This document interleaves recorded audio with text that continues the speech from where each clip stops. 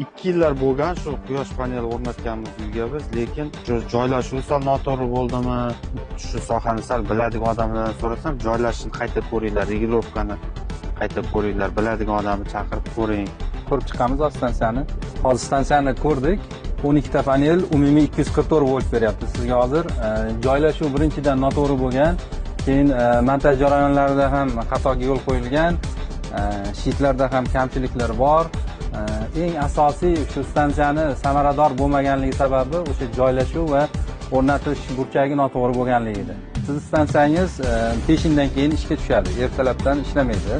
Ishlasa ham to'liq quvvat bilan ishlamaydi. Quyosh bu tomonga o'tgandan keyin, qiyomdan og'gandan keyin sizda yaxshi ishlab chiqarish bo'ladi energiyani. Ungacha siz stansiyangiz yaxshi ishlamaydi, yaxshi effekt bilan ishlamaydi.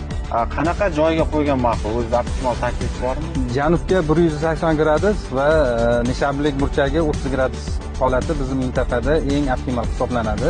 Buning uchun hozir ko'cha tomonga qo'yishimiz kerak. Tomga, to'g'rimi? Xuddi shunday, tomga qo'yishimiz kerak. Buni keyinchi qo'ygandan keyin uni changdan ham tozalamaganmizda, u ham ta'sir qiladimi? Albatta ta'sir qiladi. O'sha changlanish ham stansiyani 20-30% generatsiyasiga ta'sir qiladi. Tushib ketishiga olib keladi.